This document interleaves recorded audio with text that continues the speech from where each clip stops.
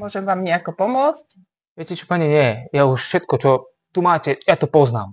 Mám to premákané, mám to naštudované v 4 jazykoch. Super. A mimochodom, táto navigácia do auta, to má akú aplikáciu? Myslíte tento kompas? To je kompas? Parádne šiltovky. Určite má každá iné technické parametre.